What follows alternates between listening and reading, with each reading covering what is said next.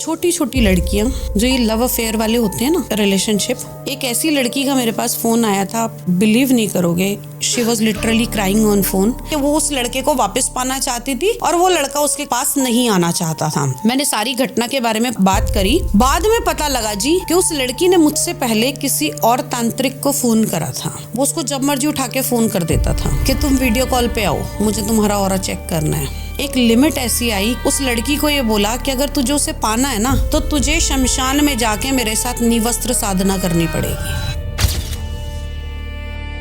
आजकल दीदी ये सेक्सुअल घोस्ट पोजीशन बहुत ज्यादा चल रहा है। ये कि कुंडापंती कोई भूत है, ये लड़कियों के साथ रात को संभोग करता है। आपके पास ऐसे केसेस आ रहे हैं अभी? आते हैं, और एक नहीं कई बार ऐसे आते हैं। एक तांत्रिक था, उसने रात को किसी लेडी को ऐसे तेल बना के दिया। जिसको तेल बनाया था उसका हस्बैंड नगाड़ा बजाता था, तो उसने रात को वो तेल की बोतल उठाई और नगाड़े के ऊपर लगा दी। रात हुई, वो नगाड़ा अपने आप चल के नगाड़ा जाके तांत्रिक के यहाँ रुक गया गाँव के बाहर। बाद में पता लगा कि तांत्रिक ने उस तेल के अंदर कुछ वशीकरण के ऐसे मंत्र डाल के उस तेल को बनाया था कि भैया ये स्त्री ही इसके पास में आ जाए। ऐसे ऐसे लोग हैं जो कई कई साल से पीड़ित थे।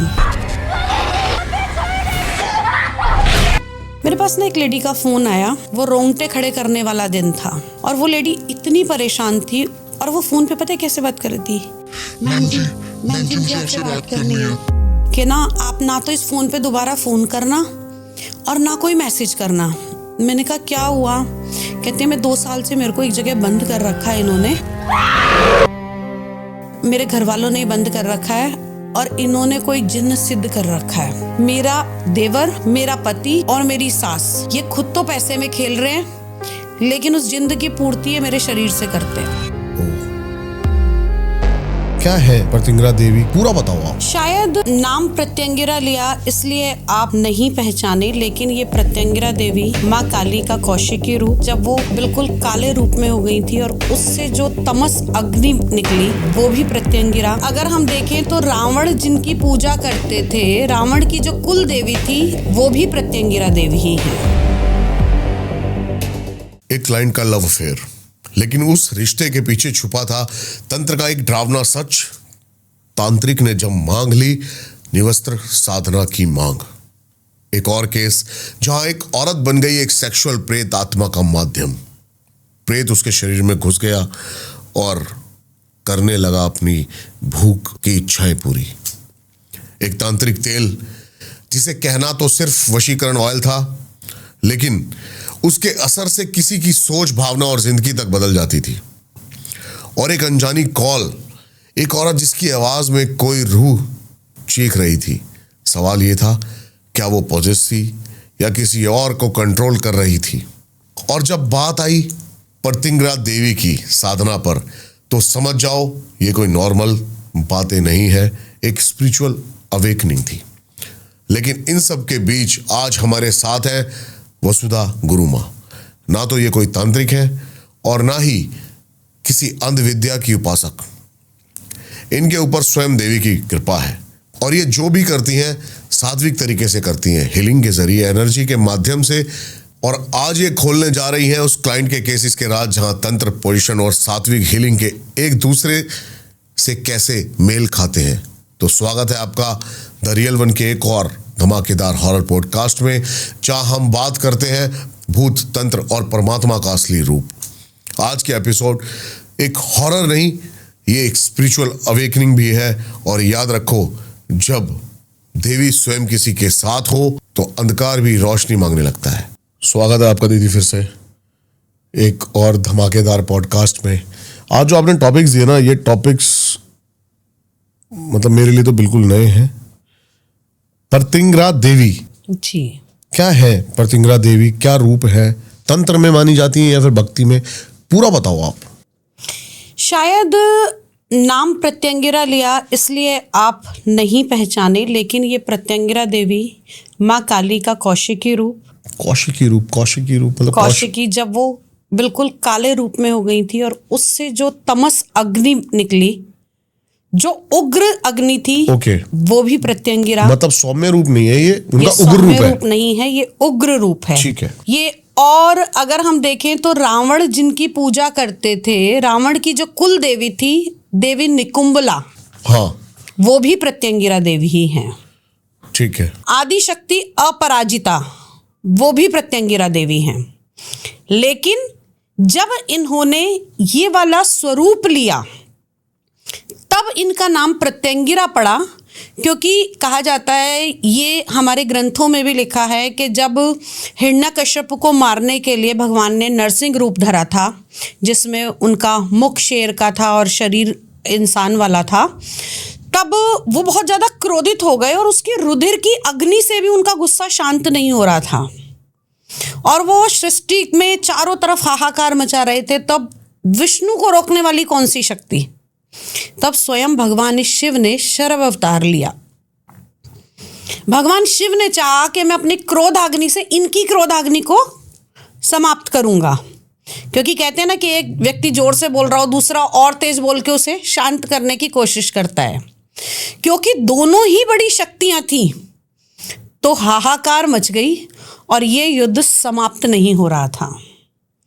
तब आदि शक्ति ने देवी प्रत्यंगिरा का रूप रखा, जिनका चेहरा तो सिंह के समान है, शरीर स्त्री के जैसा है। ये सिंह पर भी सवार होती हैं, ये प्रेत पर भी सवार होती हैं। और माँ प्रत्यंगिरा ने जब गर्जना की तो उनकी गर्जना इतनी तेज थी कि उस गर्जना की आवाज से शिव और जी का स्वरूप जो था शरव अवतार, और जो भगवान नरसिंह का स्वरूप बना था भगवान विष्णु का, वो दोनों ही स्तंभित हो गए और दोनों का गुस्सा केवल उनके शोर से ही शांत हो गया। तंत्र में कैसे काम आ सकती हैं? क्योंकि तंत्र, हाँ, अब ये भी बताती हूँ। एक बार ऐसा हुआ, आदिशक्ति ने कहा कि प्रभु मेरा रूप बड़ा सौम्य है भगवान, क्योंकि जितना भी आप देखेंगे ना तो तंत्र जो भी निकला वो भगवान शिव और आदिशक्ति माँ पार्वती के वार्तालाप से निकला है, जहाँ शिव ने समझाया और शक्ति ने समझा। तब एक बार भगवान से माँ ने कहा कि प्रभु मेरा सबसे उग्रतम रूप कौन सा हो सकता है, मुझे ये बताइए। तो शिव ने कहा भी दिखाता हूँ। शिव ने आदिशक्ति की दोनों आंखों पर हाथ रखा और कहा कि अब आप ध्यान लगाइए।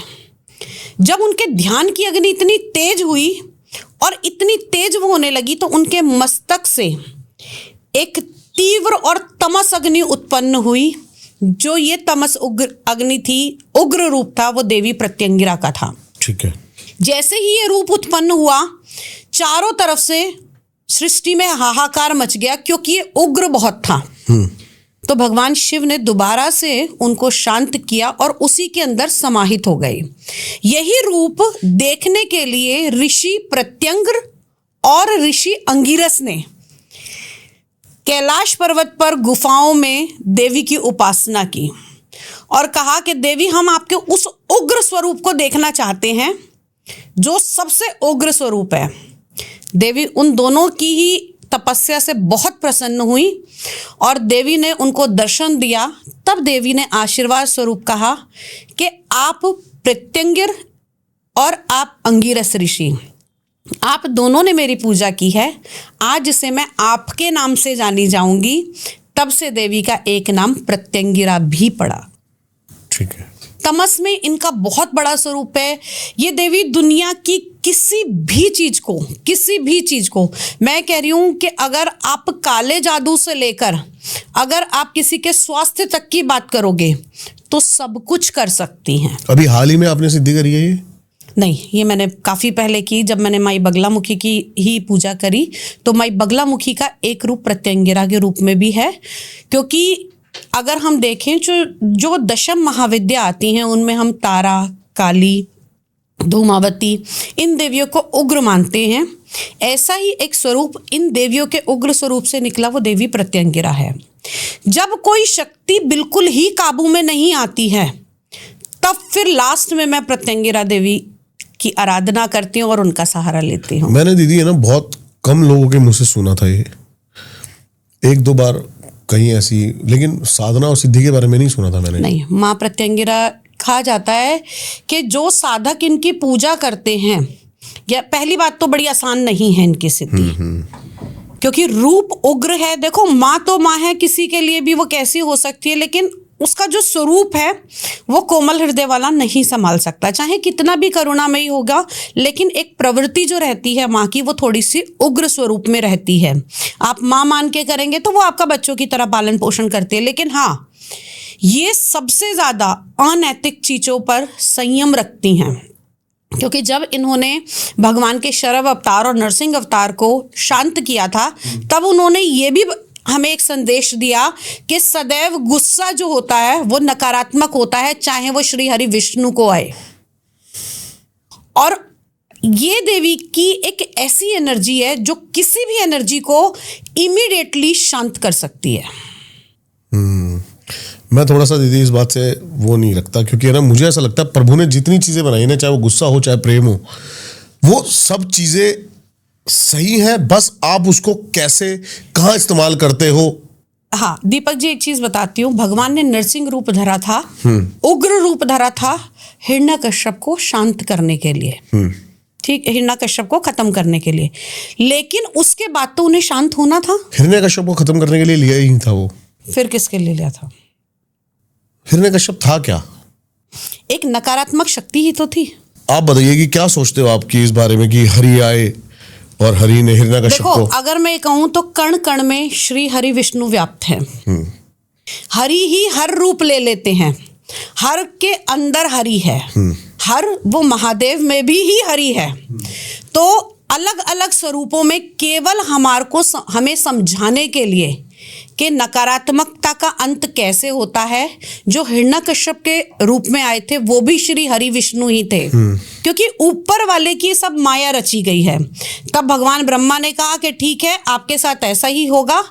तब श्री हरि विष्णु के अंदर से श्री हरि विष्णु, क्योंकि मैं अपने आप को खुद कंट्रोल कर सकता हूं, तो श्री हरि विष्णु ने उस नकारात्मकता को खत्म करने के लिए अपना एक साकार रूप ऐसा बनाया जो लोगों के आगे एक सिंबल था कि आप कुछ भी सोचो कि कितने भी ऊपर जाकर आप नेगेटिविटी में पा सकते हो तो नहीं पा सकते। बिल्कुल सही बात है। आपका तोड़ पहले से उसने, क्योंकि उसने क्या मांगा था, ना नर हो ना नारायण हो, ना सुबह हो ना रात हो, ना अंदर हो ना बाहर हो, ना जीव मारे ना इंसान मारे, ना स्त्री मारे ना पुरुष मारे, न शस्त्र न शास्त्र, न शस्त्र न शास्त्र। भगवान ने कहा ठीक है, तूने जो वो मांगा वो तेरी इच्छा थी, लेकिन मुझे तो पता है ना मैं क्या कर सकता हूँ। तो वो श्री हरि विष्णु ने निकाला, लेकिन उसके बाद भी उनके उस स्वरूप का, क्योंकि वो उग्र इतना था, तमस इतना था कि वो शांत नहीं हो रहा था।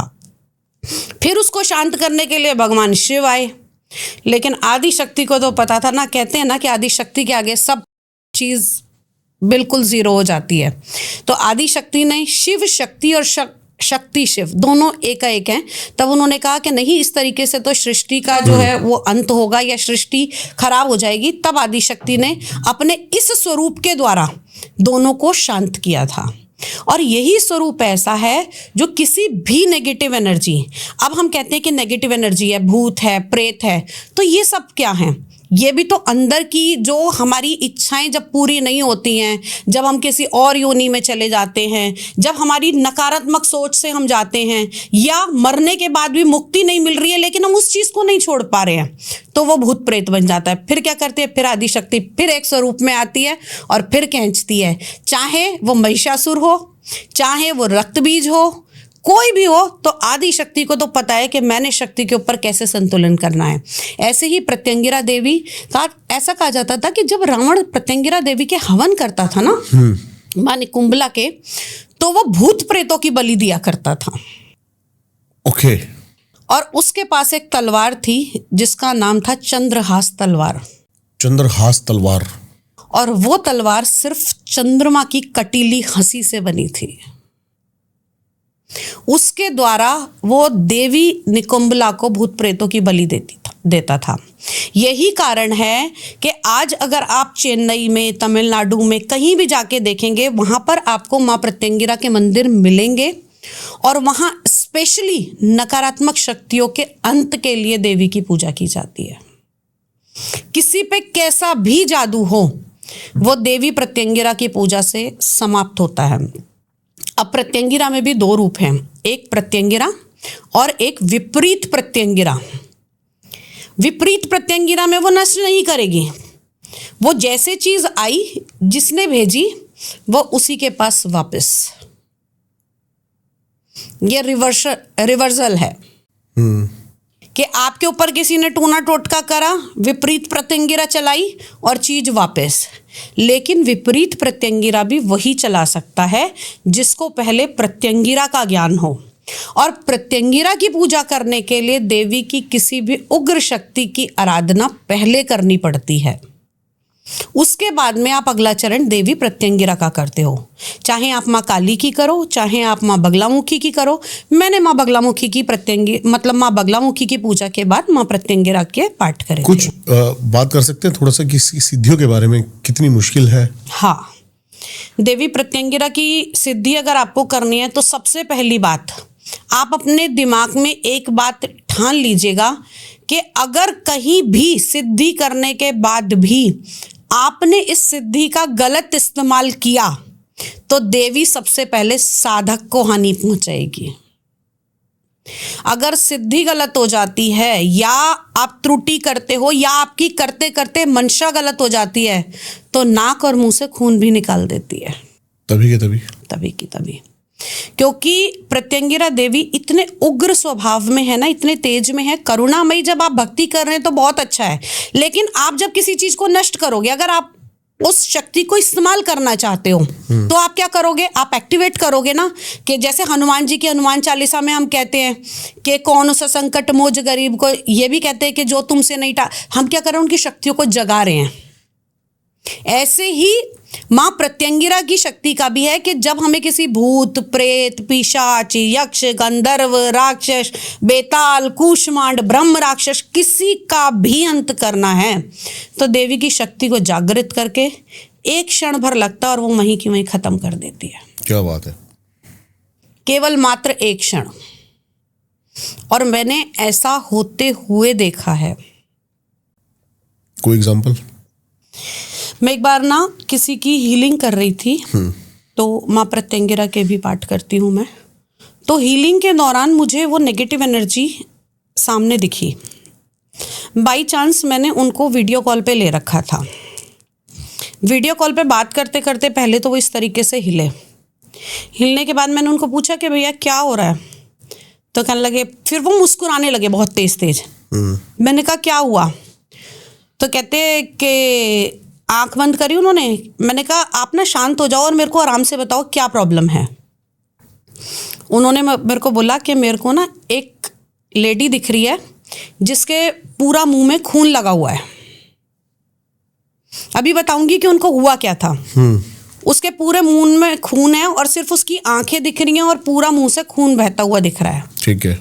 उनके ऊपर बहुत पहले से कोई रक्त पिशाचिनी थी। देवी का पाठ करा, कुछ पूजा करी, इमीडिएट उनको दिखाई दिया कि जैसे ही मैंने देवी के यहाँ से पाठ करे, उन्होंने कहा उसका सर धड़ से अलग हो गया और अब वो चली गई है।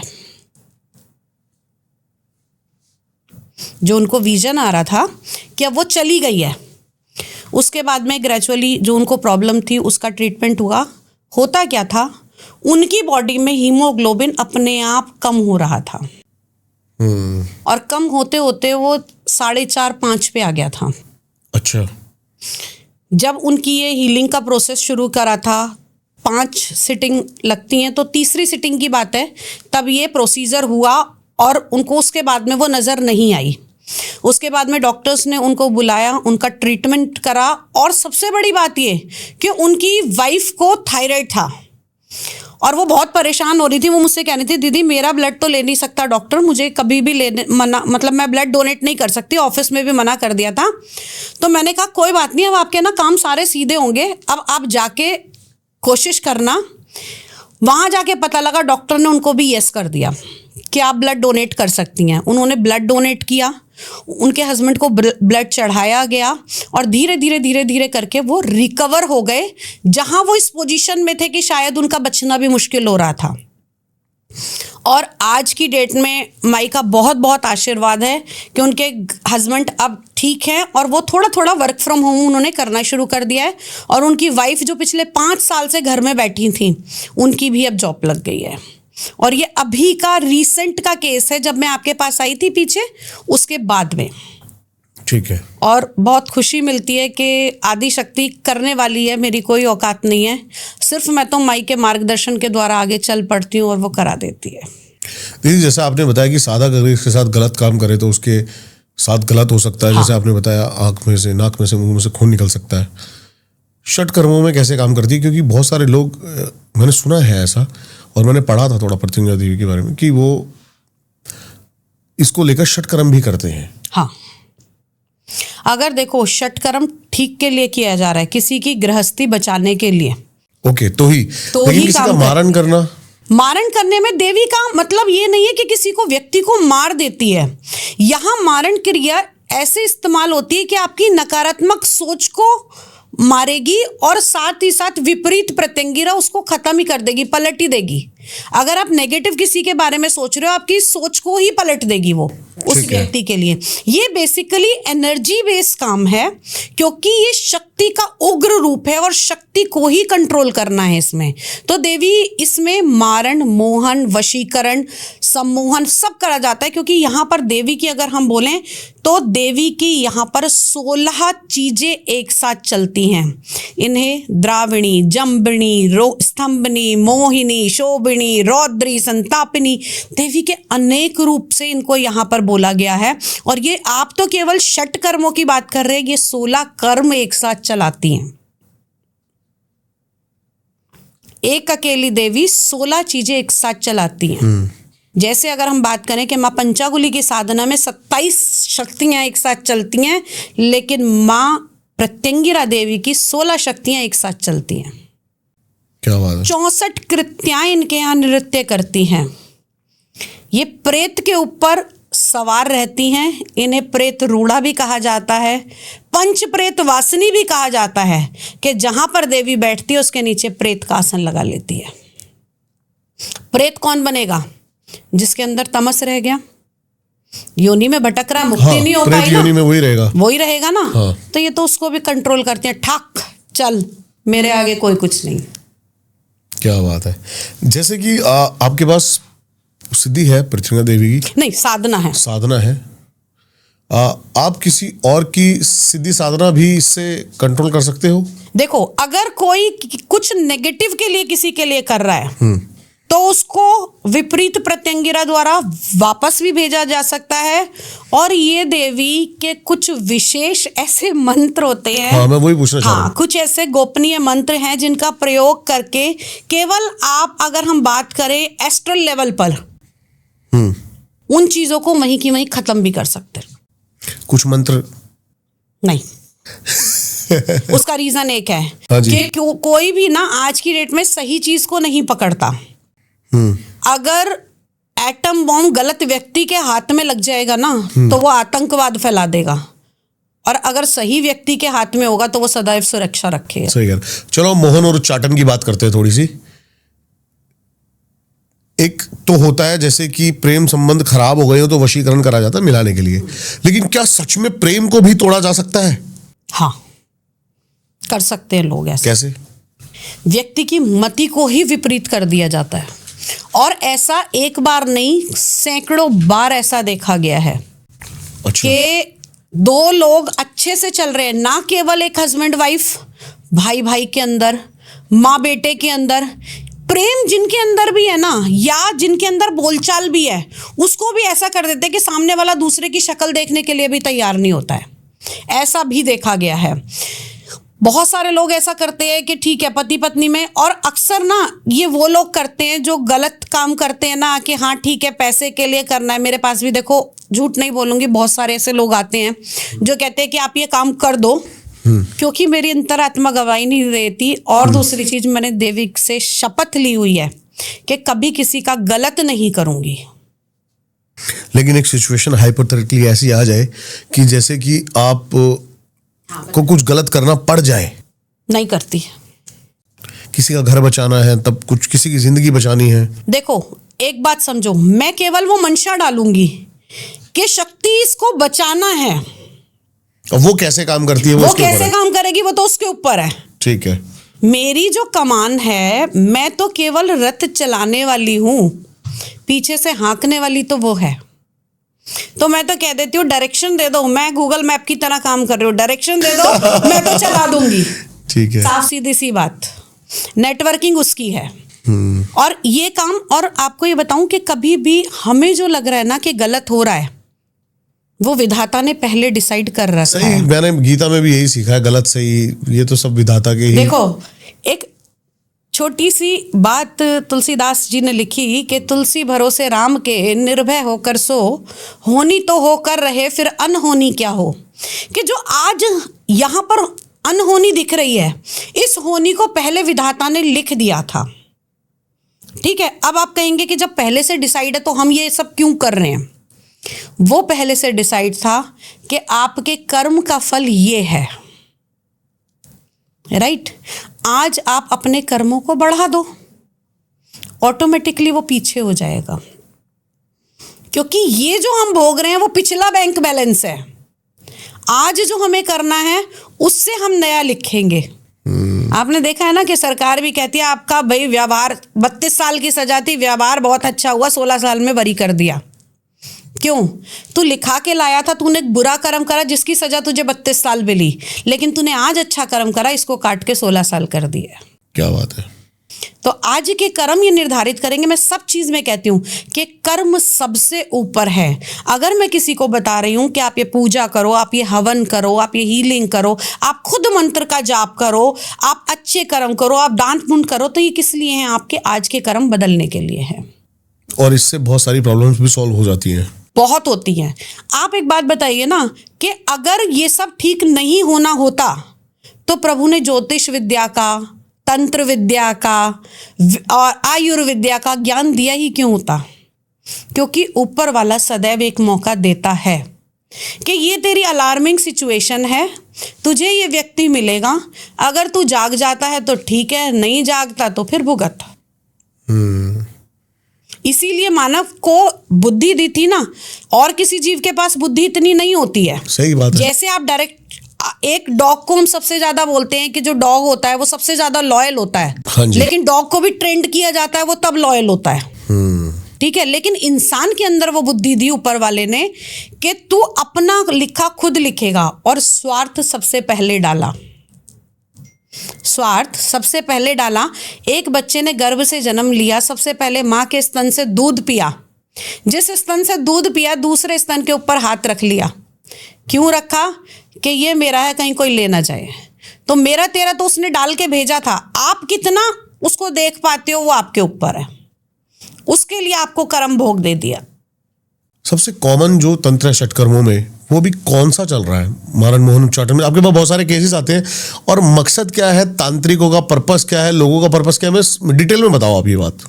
देखो, सबको ना जल्दी सब कुछ चाहिए, और अपने मन का चाहिए। सबसे बड़ी बात कि जिस चीज को हम चाहते हैं वो जल्द से जल्द हमें मिल जाए। अब सबसे पहले सहारा लेते हैं वशीकरण। 99% केस वशीकरण के होते हैं। कि क्या मैडम आप वशीकरण करती हैं? थर्ड पार्टी केसेस हैं, क्या है? लव रिलेशनशिप वाले बहुत होते हैं कि उसने मेरे से बात करी, बात करने के बाद में उसने मुझे ब्लॉक कर दिया, मुझसे बात नहीं कर रहा है, आप उसका वशीकरण कर दो, वो मेरे पास वापस आ जाए। मेरा यूज किया। तो मैं वहां पर यही बोलती हूँ कि भैया जब तक तेरा उसके साथ में कोई संबंध नहीं है तो मैं वशीकरण नहीं कर सकती। संबंध कैसा? फिजिकल? वैवाहिक संबंध। सिर्फ क्योंकि वो अनैतिक है। वशीकरण, अगर एक केस में, बहुत सारे केस ऐसे भी आते हैं जिसके अंदर हस्बैंड वाइफ के बीच में उच्चाटन कर रखा है और थर्ड पार्टी इशू बीच में आ गया, तो उसके अंदर क्या करते हैं, उच्चाटन को काटते हैं और उन दोनों का आपस में सम्मोहन और वशीकरण कर दिया जाता है ताकि व्यक्ति किसी और के पास ना जाए। और वो बड़ी सक्सेस स्टोरी रही है और ऐसा हुआ है। ठीक है। दूसरी चीज, आजकल लोगों के बहुत ज़्यादा जो फ़ोन आते हैं वो ऐसे आते हैं कि इस व्यक्ति को मेरे रास्ते से हटा दो, इसका जॉब से ही मन हटा दो, इसका इस सीट से ही मन हटा दो, उच्चाटन कर दो इसका। तो आपने तो इसमें महारत हासिल करी हुई है, क्योंकि आपने बगलामुखी किसी की करी हुई है। आपको एक बात बताऊं, बगलामुखी में भी कभी भी किसी का गलत नहीं करती माँ। शत्रुनाश तो बगलामुखी की स्पेशलिटी है। देखो एक चीज बताओ, आज की डेट में जब पता है शत्रुनाश, आपको भी पता है बगलामुखी की स्पेशलिटी है, मुझे भी पता है बगलामुखी की स्पेशलिटी है, आप भी बगलामुखी की पूजा कर रहे हो जीतने के लिए और मैं भी बगलामुखी की पूजा कर रही हूँ। हाँ, ये तो बढ़िया था। अब क्या होगा? अब सिर्फ वही होगा जो उस जीत को जीतने के लायक होगा, जो सत्य होगा, जो सत्य होगा। निकुंभला देवी की पूजा रावण ने भी की, रथ मेघनाथ को भी मिला, लेकिन कहां तक मिला कि जब तक तू रथ में सवार रहेगा तब तक तेरा कोई कुछ नहीं बिगाड़ पाएगा, जब तू रथ से नीचे आ जाएगा तो तेरा पतन हो जाएगा। तो प्रत्यंगिरा देवी भी देती है, बगलामुखी देवी भी देती है, निर्भर करता है कि आप उस अस्त्र को किस चीज के लिए यूज कर रहे हो। लक्ष्मण जैसे बड़े, क्योंकि किसका स्वरूप थे लक्ष्मण जी? भगवान का ही, शेषनाग का ही स्वरूप थे। जो लक्ष्मण जी को भी मूर्छा डाल दी, संजीवनी की भी जरूरत पड़ गई, तो शक्ति का तो था ना उसके अंदर समावेश, लेकिन क्या लक्ष्मण जी की मृत्यु हुई? नहीं हुई। मृत्यु किसकी हुई? मेघनाथ की, क्योंकि उसकी गलत इच्छा थी। देवी ने, आपको भगवान हमेशा आशीर्वाद देंगे, लेकिन एक लिमिट तक, जब तक आप उसका सही इस्तेमाल करोगे। अगर मैं बगलामुखी की पूजा करती हूँ, मैं माँ प्रत्यंगिरा की पूजा करती हूँ, अगर मैं इस षटकर्म को जब तक ठीक के लिए इस्तेमाल करूंगी तब तक वो सही काम करेगा। जब उसका गलत इस्तेमाल करना शुरू करूंगी तो हो सकता है कि इंसान को शुरुआत में बहुत अच्छा लग रहा हो, लेकिन कहीं ना कहीं पतन की शुरुआत हो जाती है। वो जितना देना जानती है ना, उतना लेना भी जानती है। कोर्ट केसेस मेरे पास बहुत सारे आते हैं कि भाई बगलामुखी के हवन करा दो, आप प्रत्यंगिरा देवी के हवन करा दो, हमें कोर्ट में जीतना है। लेकिन एक बात उनको बोल देती हूँ कि अगर गलती आपकी होगी तो जीत की गारंटी मेरी नहीं है। अगर तुम सही हो, और अगर सही नहीं भी हो, अपनी गलती देवी से मांगो कि मैंने गलती की, क्योंकि देखो क्षमा याचना देना तो माँ के ऊपर ही है ना। सही बात अगर है। आप नतमस्तक हो जाओगे तो भी आपको वो बरी कराएगी। क्या करेगी कि अगर कोर्ट केस बहुत ज्यादा चल रहा है, सजा ना हो, कुछ जुर्माना हो जाए, आप उससे बरी हो जाए, कन्फेस कर लें देवी के आगे, तो बहुत सारी ऐसी चीजें होती है कि जिससे आपको रिलीफ मिलता है। बेसिकली आपको शांति देती है। विजय दिलाना ना दिलाना उसके हाथ पे है। और सबसे बड़ी बात आपके उद्देश्य के ऊपर है। आप अगर पहले ही गलत कर चुके हो और चाहते हो कि मैं तो जीत ही जाऊं, तो वो पॉसिबल नहीं है। हाँ, अगर आप सही हो और फिर जीतना चाहते हो तो दुनिया की कोई ताकत नहीं है जो आपको जीतने से बचा दे। कोई नहीं आपको रोक सकता। ये तो सच कह रहे थे। वैसे परमात्मा जो है वो सत्य की राह पर ही है। सत्य की राह पर ही होगा। भगवान ने ना, ये अभी देखो, पता है ऐसे भी केसेस आए हैं, छोटी छोटी लड़कियां जो ये लव अफेयर वाले होते हैं ना, रिलेशनशिप। एक ऐसी लड़की का मेरे पास फोन आया था, बिलीव नहीं करोगे। आप कहते हैं कि हर तरह के लोग हैं इस प्रोफेशन में। कोई इसको अस्त्र की तरह काम कर रहा है, कोई औषधि की तरह काम कर रहा है, और कोई इसको काटने के लिए काम कर रहा है। तो मेरे पास एक ऐसी लड़की का फ़ोन आया था, she was literally crying on phone कि मेरा ना किसी के साथ ऐसे रिलेशनशिप है और आप उसको वापस ले आओ, ऐसे हो गया वैसे हो गया, और उसकी भाभी ने उसको फंसा रखा है। मतलब बहुत लंबी कहानी थी। ऑल टोटल मिलके ये आया कि वो उस लड़के को वापस पाना चाहती थी और वो लड़का उसके पास नहीं आना चाहता था। मैंने सारी घटना के बारे में बात करी। बाद में पता लगा जी कि उस लड़की ने मुझसे पहले किसी और तांत्रिक को फोन करा था। वो तांत्रिक शुरू में तो सब कुछ बहुत बढ़िया बढ़िया बढ़िया बढ़िया करता रहा। एक लिमिट ऐसी आई कि उसने उस तांत्रिक को ये बोला, वो उसको जब मर्जी उठा के फोन कर देता था कि तुम वीडियो कॉल पे आओ, मुझे तुम्हारा ऑरा चेक करना है। और एट लास्ट उस लड़की को ये बोला कि अगर तुझे उसे पाना है ना तो तुझे शमशान में जाके मेरे साथ निवस्त्र साधना करनी पड़ेगी। तो पहले यहाँ ऑन कैमरा ये बिल्कुल बोलूंगी कि भाई विश्वास करो, लेकिन अपनी बुद्धि का भी इस्तेमाल करो। होगा ये कि वो उसकी तरफ जाए या ना जाए, लेकिन इतना जरूर पता है कि वो उस तांत्रिक के चंगुल में तो जरूर आ जाएगी। मतलब वो उसकी मंशा लड़की की पूरी हो ना हो, तांत्रिक की मंशा तो पूरी हो ही वो तो पूरी हो ही जाएगी। देखो, सही दवाई मिलना भी डॉक्टर के ऊपर निर्भर करता है। डॉक्टर चाहे तो अगर बहुत अच्छा होगा तो आपको एक इंजेक्शन में भी खड़ा कर सकता है, अपनी पूरी कोशिश करेगा। लेकिन अगर डॉक्टर की ही नीयत खराब हो जाए तो आप क्या करोगे? तो फिर तो विश्वास भी नहीं रहेगा ना। बिल्कुल सही कह रहे हो। आजकल दीदी ये सेक्सुअल घोस्ट पोजीशन बहुत ज़्यादा चल रहा है और मैं इसको समझ नहीं पाया हूँ। अभी मेरे पास चूरू से कोई तांत्रिक आए थे, वो पता नहीं क्या नाम लेते थे इस भूत का, कुंडापंती।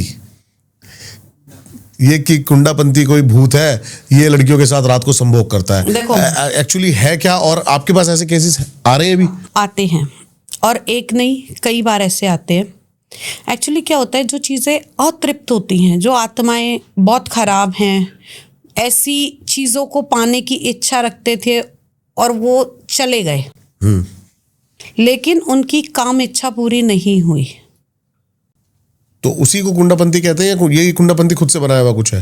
देखो, मेरा इससे साक्षात्कार नहीं हुआ, मैं किसी के ऊपर कुछ ऐसा टिप्पणी नहीं करूंगी, लेकिन मुझे इतना पता है कि ये बहुत पुराने समय से चला आ रहा है। और किसी टाइम में ना हमारी दादी बताती थी कि एक ऐसा था, तांत्रिक था, इनके चक्कर में नहीं पड़ना चाहिए। एक तांत्रिक था, उसने रात को किसी लेडी को ऐसे तेल बना के दिया, तो जिसको तेल बनाया था उसका हस्बैंड नगाड़ा बजाता था कहीं पे, तो उसने रात को वो तेल की बोतल उठाई और नगाड़े के ऊपर लगा दी। उसे ये नहीं पता था कि वो तांत्रिक ने तेल दे रखा है।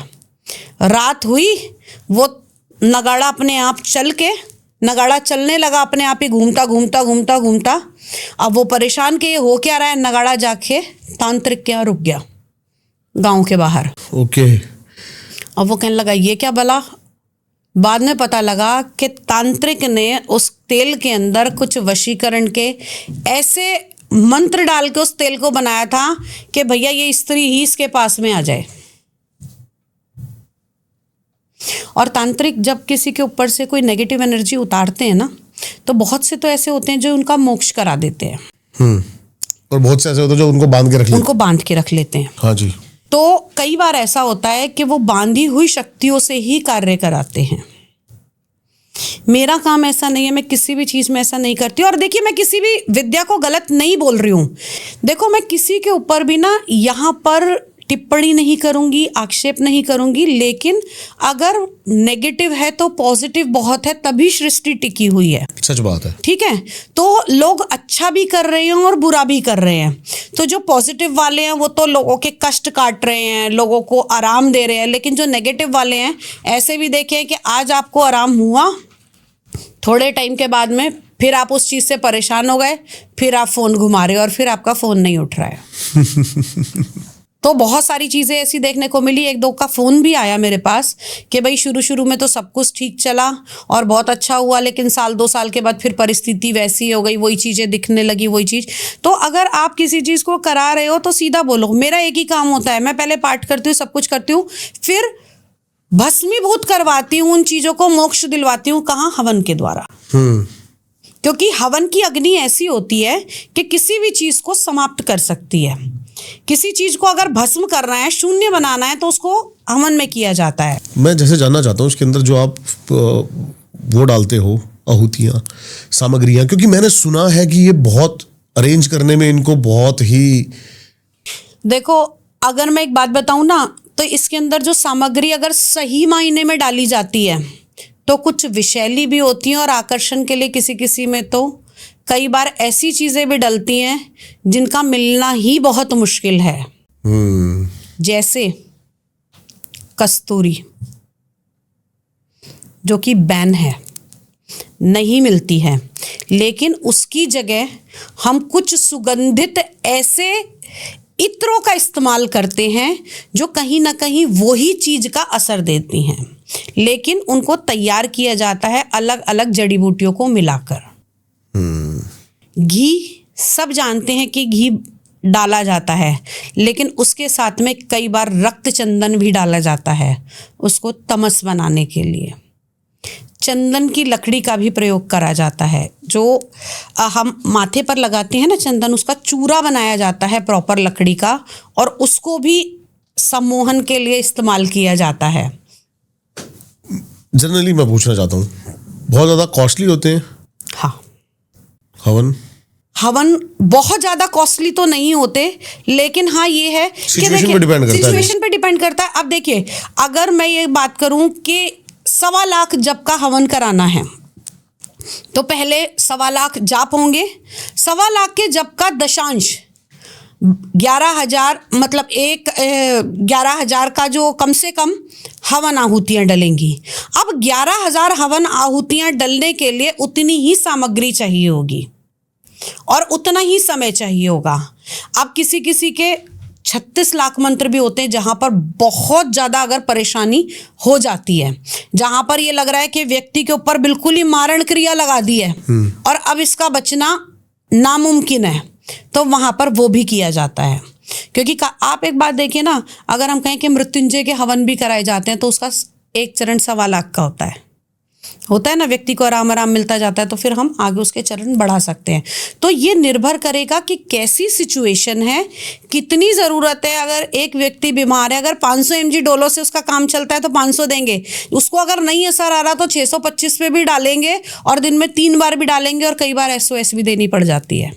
तो ये डिपेंड करेगा कि कितनी बीमारी है, यानी कि कितनी उस व्यक्ति को, वो व्यक्ति तंत्र से कितना पीड़ित है।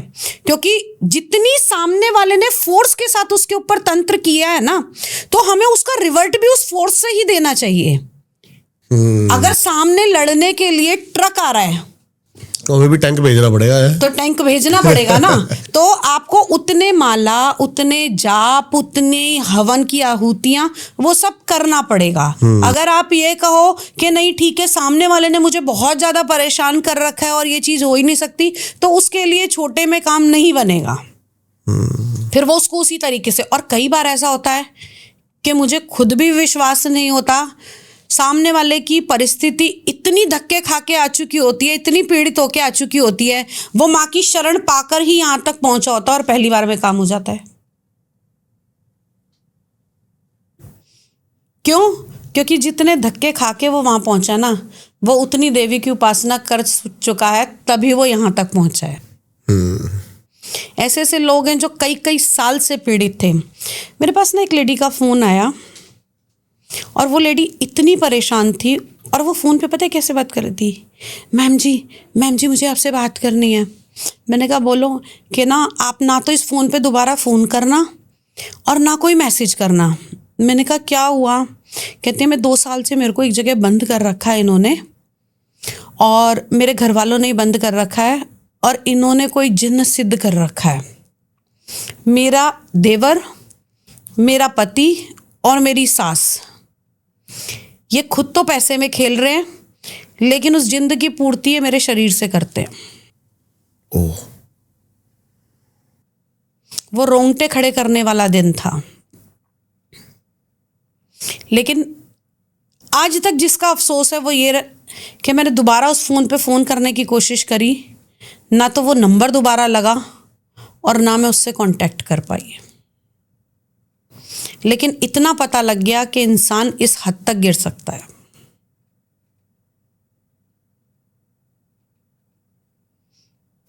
कि इन्होंने उसे मेरा शरीर दे रखा है और मैं एक कमरे में रहती हूँ, और अब मैं धीरे धीरे धीरे धीरे खत्म हूँ। प्लीज़ मुझे बचा लो, कुछ कर सकती हो तो। मैंने माँ से बहुत कहा कि माँ, आदिशक्ति यहाँ तक पहुँचा। मैंने उसके नाम से, सिर्फ जो उसका नाम आया था उसके नाम से माँ के कुछ पाठ किए, कुछ अर्जी लगाई, लेकिन रिवर्ट पता नहीं चल पाया दोबारा कि वो कौन थी और कहाँ से थी। उस चीज़ का आज तक मुझे दुख है। कहते हैं ना कि कई बार चीज़ें ऐसी होती हैं जो आपकी अंतरात्मा तक आपको झंझोड़ देती हैं। शायद वो वही था, और उस समय लगा कि देवी तो खुद इतनी एक स्त्री स्वरूप थी और इतनी मतलब शक्ति, और तेरे एक स्वरूप के साथ ऐसा भी हुआ।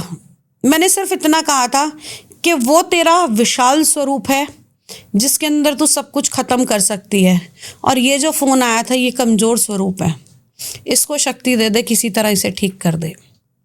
बस इतनी ही दुआ कर पाई उसके लिए। हम थोड़े केसेस पे उल्टे आते हैं मैम, जैसे कि घोस्ट सेक्स पोजीशन है, आपके पास आए ऐसे बहुत सारे हाँ। केस, कुछ बताओ। ऐसे केस आए थे मेरे पास। 2 बहनों का एक केस आया था जिसके अंदर उस लड़की ने मुझे बोला कि मेरे साथ ना मेरे को ऐसी चीजें महसूस होती है रात में। उसकी बॉडी पे निशान, स्क्रैचेस, सब बताती हूँ कैसे।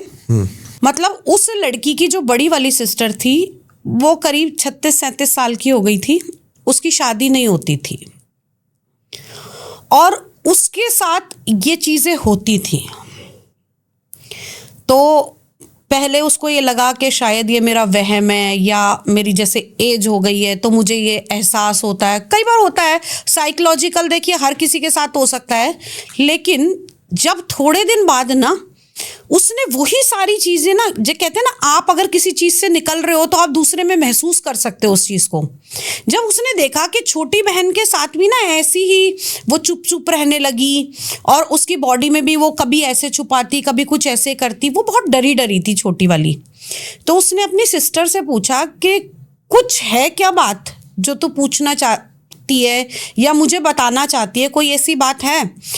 तो पहले तो उसने बहुत मना करा, क्योंकि उसको या तो ये कह लो कि शर्म आ रही थी या डर लग रहा था, उसको कुछ समझ नहीं आ रहा था।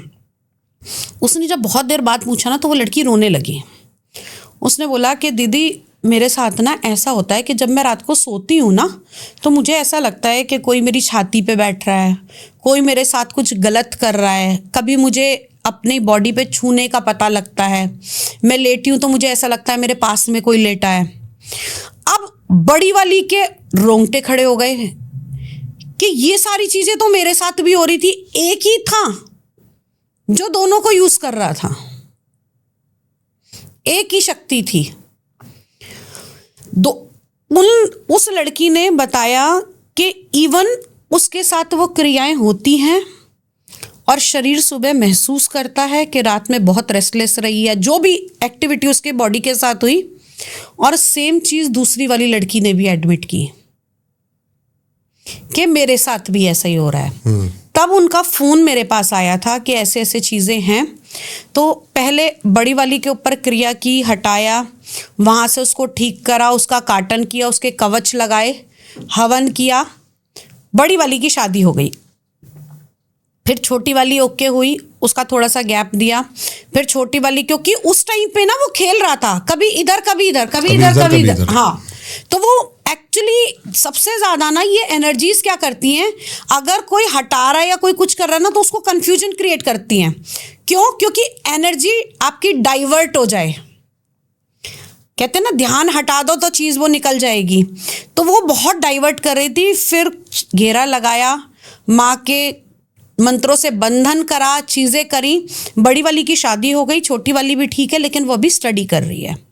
तो इतना तक होता था लिटरली।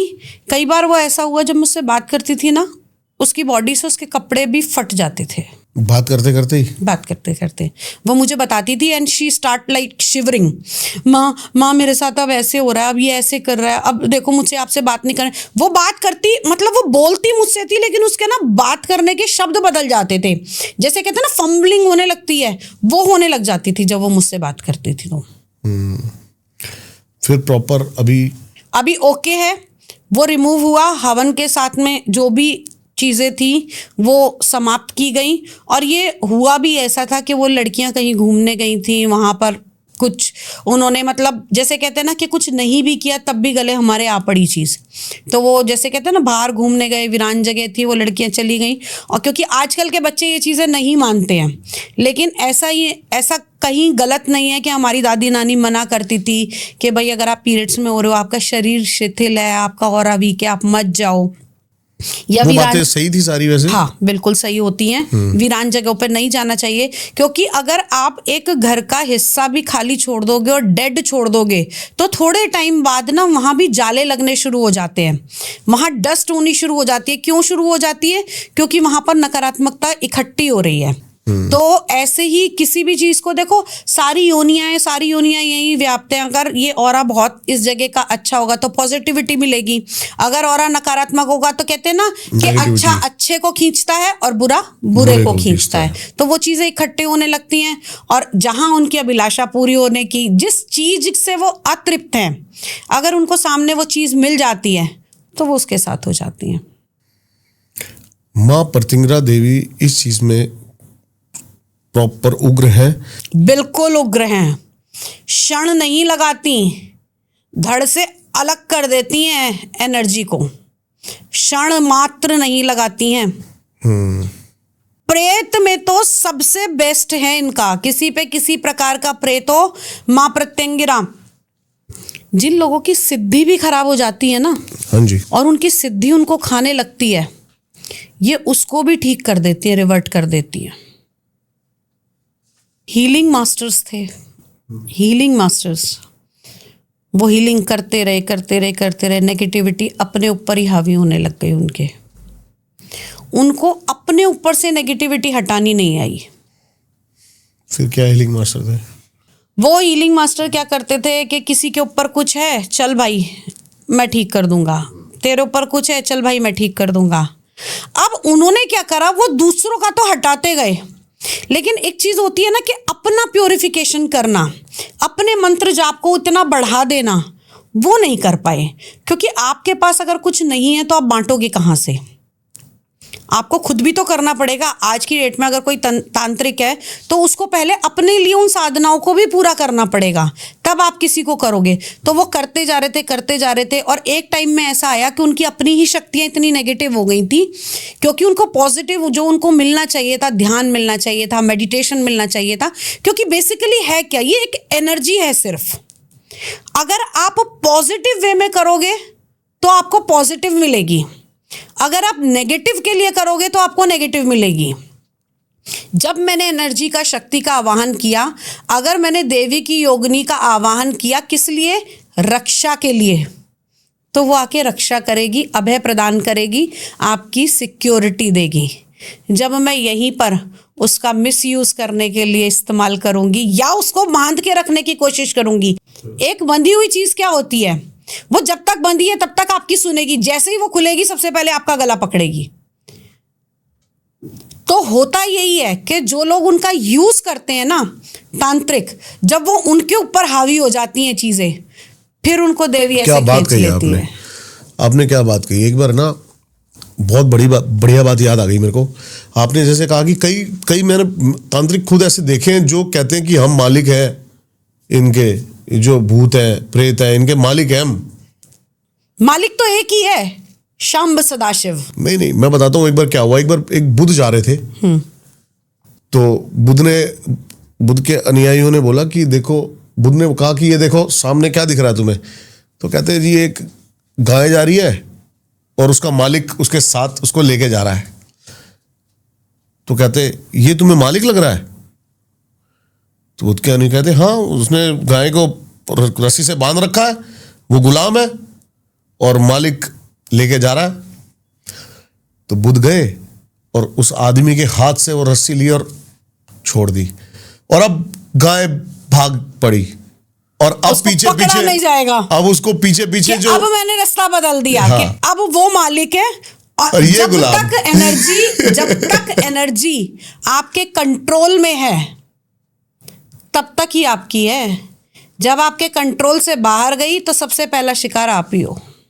अब बुद्ध कहते बता अब मालिक कौन है? अब मालिक कौन है? हाँ, तो ऐसे ही इन शक्तियों का होता है। देवी की शक्ति है, जैसे मैंने कहा ना कि अगर प्रत्यंगिरा देवी की आप साधना करोगे, जहां आपने गलत का सहारा लिया तो वो सबसे पहले आपका हनन करेगी। क्यों? क्योंकि उसका काम क्या है, नकारात्मकता को खत्म करनी। अब वो आपके अंदर आ गई तो शिकार तो आप ही बने ना सबसे पहले।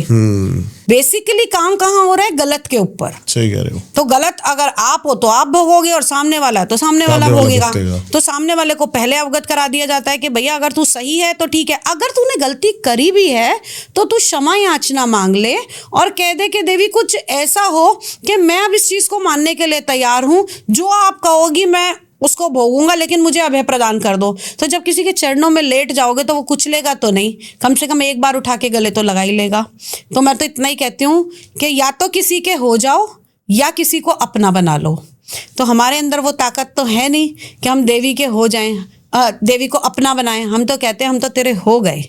तो जब हम उसके हो जाते हैं तो काम भी हो जाते हैं। दीदी मैं चाहता हूँ कि आप मेरे को कोई ऐसा केस बताओ जैसे कि गोस्ट पोजीशन हो गया फैमिली पे और फैमिली का मुखिया गृह क्लेश मारे सबको, ऐसा भी है पॉसिबल? हाँ, बहुत बार ऐसा होता है। एक लड़की ने मेरे पास केस आया था, उस लड़की ने कहा था कि हमारे जो फादर है ना, हमारे फादर ना तो किसी की सुनते हैं बल्कि आपस में हमको डांटते रहते हैं, और हमारे जो चाचा जी हैं उनकी बात सारी सुनते हैं और सारी बात मानते हैं। तो कहीं ना कहीं ऐसा था कि उनकी चाची ने उसके फादर के ऊपर कुछ करा रखा था और वो पूरी फैमिली के एंटी थे, और चाचा चाची ने सारी प्रॉपर्टी उनको अपने कहने में कराकर उनकी बुद्धि भ्रमित करके उनके ऊपर ऐसी चीजें छोड़ दी कि वो जैसे वो कहते थे वो वैसे ही करते थे, वैसे नाचते और थे। वैसे ही नाचते थे और सारा कुछ उनके नाम कर दिया। अब मेरे पास केस तब आया था जब वो ऑलरेडी सब कुछ कर चुके थे, उनके नाम पे वो सब कुछ डाल चुके थे। ठीक है। लेकिन कहीं ना कहीं बच्चों ने ये कहा कि अगर इन्होंने दे भी दिया है ना तो हमें उसकी कोई आवश्यकता नहीं है, हम ये चाहते हैं कि हमारे फादर हमारे पास वापस आ जाएं, क्योंकि ना तो वो फैमिली के साथ अटैच हो रहे थे ना कुछ कर रहे थे। फिर उनके ऊपर से जब ये सारी क्रिया को हटाया गया तो उनकी बुद्धि खुली और उनको उस समय ये एहसास हुआ कि शायद मैंने ये गलत करा। तब उन्होंने अपनी प्रॉपर्टी के खिलाफ भी एक्शन लिया, जो उनका सेकेंडरी था कि मैंने किसी दबाव में आकर और ये सब साइन कर दिया और ये सब कुछ हुआ, क्योंकि करने वाला व्यक्ति अभी है ना तो वो चेंज कर सकता है, नाम होने के बावजूद भी कि मुझसे दबाव के द्वारा ये कराया गया। उनकी बुद्धि ठीक हुई, उन्होंने अपनी प्रॉपर्टी वापस ली, और जो घर के अंदर भी कलह कलेश थे, और जब मैं ये क्रिया कर रही थी ना तब उनके घर के अंदर से चीजें बाहर निकल रही थी। दीदी हमने एक लास्ट पॉडकास्ट किया था अभी, और मैंने रखा था उसका नाम India's best ghost position cases. जब मैं इसकी बात करता हूं ना तो मैंने देखा कि आपके पास बड़े बड़े बहुत बेहतरीन केसेस आते हैं। मैं डायरेक्ट ये सवाल कैमरे के सामने पूछ लेता हूं आपसे कि कितने % चांसेस होते हैं कि आप उनको सॉल्व कर देते हो?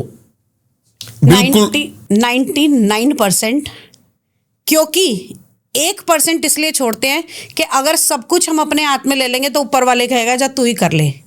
हम 99% इसलिए कहते हैं कि 1% वो ऊपर वाला अगर कहीं ना कहीं उसको कोई त्रुटि लगती है तो बात अलग है, लेकिन 99% की गारंटी मैं देती हूँ कि होगा। 100% मैं नहीं कहूंगी, क्योंकि 100% का ये होता है, देखो आप अपने कार्मिक भोग रहे हो, आपके साथ जो भी चीज हो रही है मैं अपनी अच्छी नियत से कर रही हूं तो चीज निश्चित तौर पर होगी। लेकिन अगर कहीं ना कहीं कोई ऐसी चीज है, अगर मैं ये कह दूंगी ना कि मैं ये कर रही हूं 100% कर सकती हूँ, तो वो शक्ति भी कहेगी कि तू करने वाली है तो जा तू कर ले। मैं ना बस एक ही चीज से थोड़ा सा दुखी हूं आपसे, वो ये है कि जैसे जो आप केसेस मुझे भी बिहाइंड द कैमरा बता रहे थे ना, और वो इतने बड़े बड़े केसेस के नाम थे, शायद आप उनका नाम कैमरे पे नहीं ले सकते। बहुत सारे केसेस ऐसे आते हैं। देखिए मेरा काम किसी की भी भावनात्मक चीज़ों को आहत करने का नहीं है, लेकिन मैं कैमरे के ऊपर ये ज़रूर कहना चाहूँगी कि भाई आप जो भी ये सब कुछ करवा रहे हो ना, उसके पीछे आपको सबसे पहले तो ये देख लेना है कि सामने वाला व्यक्ति जो ये कर रहा है वो करने लायक है भी या नहीं, कहीं आप ही कल को इसका मिसयूज ना बन जाओ। तो इसलिए बड़ा सोच समझ के कराओ। और बहुत सारे ऐसे केसेस हैं जिसके अंदर मैंने देखा है कि आप जो करने वाला ही है ना, वो खुद ही आगे के लिए वो खुद ही एक शिकार बन जाता है इन सारी चीज़ों का। तो प्लीज़ सच्चाई के रास्ते पे जाइए, भक्ति के रास्ते पे जाइए, ध्यान के, पूजा के, पाठ के, हवन के, इन चीज़ों से कराओ ना। बहुत सारे लोग, मेरे पास ऐसे भी केस आए कि उसने मुझे ये बताया कि मुझसे 5 लाख रुपए लिए थे, और नाम ऐसा है मैं किसी को बता नहीं सकती, और ना ही मैं किसी का यहाँ नाम लूंगी, कि मुझसे 5 लाख रुपए लिए और उसके बाद में कुछ नहीं हुआ। सिर्फ मुझे घुमा दिया और उनको इतना तक बोल दिया था कि आपके बच्चे के ऊपर ये आत्मा है, 15 साल का बच्चा उनका, आपके बच्चे के ऊपर ये आत्मा है, अगर इसको ठीक नहीं करा तो ये ऐसे मार देगी, ये ऐसे कर देगी, इसको पागल कर देगी। मतलब आप एक सोचिए ना कि एक व्यक्ति अगर कमा रहा है, कुछ कर रहा है, तो वो किसके लिए कर रहा है? अपनी औलाद के लिए। उसको इतना डर बैठा दिया था कि उस व्यक्ति ने पैसे दे दिए और उसके बाद में उससे कोई संपर्क नहीं हुआ, उससे कोई बात नहीं हुई, बात हुई भी तो उसको घुमा फिरा के साइड कर दिया कि हमने तो ये काम कर दिया, अब आपको इसे और ठीक कराना है तो 10 लाख रुपए और देने पड़ेंगे। बहुत सारे मैंने केसेस जो मैंने देखे ना, वो देखे कि तांत्रिक ही अपने क्लाइंट्स के ऊपर कुछ ना कुछ छोड़ बहुत देता, करते हैं, बहुत करते हैं, ताकि वो और परेशान रहे और डिप्रेशन में आके। देखो वो क्या करते हैं, पहले आपको ओके करेंगे, फिर थोड़े टाइम के बाद में जब आपका उनसे संपर्क हो गया, सारी चीजें हो गई, आप सेटिस्फाइड हो गए कि हाँ हो गया, उसके बाद में उन्होंने क्या करना है कि वही चीज वापस रिवर्ट कर देनी है, या कुछ ऐसी चीज होती है कि वो व्यक्ति खुद ही उस चीज का शिकार हो जाते हैं और फिर वो रोते हुए आते हैं। मैं कभी भी किसी को ऐसे नहीं करती हूँ, और बहुत सारे ऐसे लोग होंगे, क्योंकि देखो आप, हमारे काम करने का तरीका क्या है कि हम हवन कर रहे हैं, हम पूजा कर रहे हैं, हम हीलिंग कर रहे हैं, हम चीज को उतार के अपने पास रख नहीं रहे। हम क्या कर रहे हैं कि आदि शक्ति तेरे चरणों में है ये चीज, अब चाहे तो इसको मोक्ष दे दे, चाहे तो इस हवन के अंदर ही खत्म कर दे। आगे नहीं बढ़नी चाहिए। क्यों? क्योंकि हमने उस चीज की कमान, उस एनर्जी की कमान भगवती को सौंप दी, और जो उसके चरण में आ गया, वहां उस चुंगल से निकलना बहुत मुश्किल है, नामुमकिन ही है। कौन निकल पाया? ये जो भूतनी, पिशाचनी, चंडालनी, ये सब देवी की सहचारियां ही तो हैं, यही तो देवी का काम करती हैं। बिल्कुल सही बात है। तो वो उनको चाहे सेवक रख ले, चाहे लोगों के कष्ट काटने के लिए उनको, अब आप देखो जैसे बालाजी के अंदर भी है, बालाजी में भी कहते हैं ना कि बाबा के पास इतने सारे भूत रहते हैं, जब वो समर्पण कर देते हैं तो वही भूत दूत बन जाते हैं। देवदूत क्या होते हैं? जो भगवान की शरण में चले गए, जिनको मुक्ति नहीं मिल रही, वो मुक्ति पाके उनके चरणों में चले गए। अब जो मुक्ति पाना चाहता है तो उनके चरणों में रहेगा, जो अड़ जाएगा कि मैं इसे छोड़ूंगा ही नहीं, तो फिर वो खत्म ही कर देते हैं। तो जब वो भगवान के चरणों में चले जाते हैं तो वो दूत बनके लोगों की सहायता करते हैं, लोगों के काम करते हैं। जो सवामनी भी दी जाती है ना वहाँ पर, तो वो उन्हीं शक्तियों के लिए बांटी जाती है कि जो शक्तियाँ काम करें। अब किसी कोई भी एनर्जी होगी, अब हम हवन भी करते हैं तो हवन में जो आहुतियाँ होती हैं वो उन सारी, अब आप 1008 नाम का आहुति दी जा रही है तो वो क्या है? हमने उस शक्ति का आवाहन किया और देवी के उस स्वरूप को हमने वो भोग दिया। हवन का मतलब कुछ जलाना नहीं है, वो अग्नि में भोग देना है। आपने देखा होगा जब शादी ब्याह में जब भट्टी रखी जाती थी तो सबसे पहले अग्नि को दिया जाता था। सही बात है, ठीक है। हाँ। तो वो क्या था? भोग। हर जगह मैंने देखा, ये तो चाहे अलग अलग धर्मों के अंदर देखा है, ये भोग हो गया। अब जो हम शक्तियों का आवाहन कर रहे हैं उस नेगेटिव एनर्जी को हटाने के लिए या घर के अंदर शुद्धता के लिए ही, तो हम क्या करते हैं? ओम विष्णवे नमः, ओम कृष्णाय नमः, ओम वासुदेवाय नमः। तो वो स्वाहा करने से हम जला थोड़ी रहे हैं, हम उनके नाम का भोग उसके अंदर समर्पित कर रहे हैं। ठीक है। ऐसे ही जब नेगेटिव एनर्जी का कोई हवन हो रहा है तो हम क्या करेंगे? डाकनी, शाकनी, लंकनी, ये इन सब के जो हवन के अंदर आहुतियां दे रहे हैं, तो यानी कि अब आप पावर में आओ और अपनी पॉजिटिविटी से जो सामने नेगेटिव फोर्स है उसको खींच लो। ओके। अब एक सेना से लड़ने के लिए यहां से हमारे जवान, सामने वाले से सामने वाले के जवान, जवान से जवान को लड़ाया गया। तो देवी भी क्या करती है? देवी खुद नहीं आती, देवी क्या करती है? भूत है, चल भाई तू जा, देवी थोड़ी आएगी। देवी थोड़ी आएगी। अब अगर हमारे देश के ऊपर कोई हमला करेगा तो क्या मोदी जी खुद राइफल लेकर जाएंगे? नहीं जाएंगे ना। वहां से जवान लड़ रहा है तो हमारे भी सेना के जवान को भेजेंगे। कहाँ भेजेंगे? जो उससे 21 बटालियन होगी कि हमारे पास अस्त्र शस्त्र ज्यादा है, जाओ जीत कर लेकर आओ। ऐसे ही देवी करती है कि ठीक है ये बड़ा तमाशा दे रहा है, चल तेरे ऊपर इससे बड़ी शक्ति है और खींच ले। पाश की तरह काम करती है। देवी के सारे अस्त्र हैं ये।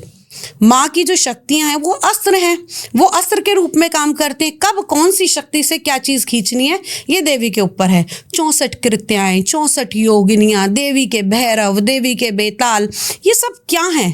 जब तक कमांड माँ के हाथ में है तो वो अच्छे के लिए खींचेगी। जब वो बाहर है तो वो दुनिया को खींचेंगे। सिर्फ शक्ति का स्थानांतरण है, शक्तियां वही हैं। और अगर कोई ये कहे कि मैंने ये चीज साथ करके मेरे साथ चलती हैं, मेरे साथ रहती हैं, तो भाई ये भ्रम है। शक्तियां साथ आप कभी भी किसी चीज को बांध के नहीं रख सकते। Have you ever seen that spring? Pen में एक स्प्रिंग डलता था, जब तक वो ऐसे ही रहता है तो पेन चलता है। आप उसे जितनी फोर्स से नीचे दबाओगे वो उतनी फोर्स से ऊपर निकलता है। तो ऐसे ही अगर आप शक्तियों को बांध कर उनसे काम कराओगे ना तो एक दिन वो रिवर्ट जरूर करेंगी। आप प्रभु के शरणागत जाओ, आप मृत्युंजय के हवन कराओ, आप भैरव जी के हवन कराओ, आप माँ काली के हवन कराओ, आप माँ बगलामुखी के, माँ प्रत्यंगिरा के, भगवान नरसिंह के, ये हवन कराओ। ये हवन कराने से क्या होगा? एक पॉजिटिविटी मिलेगी आपको।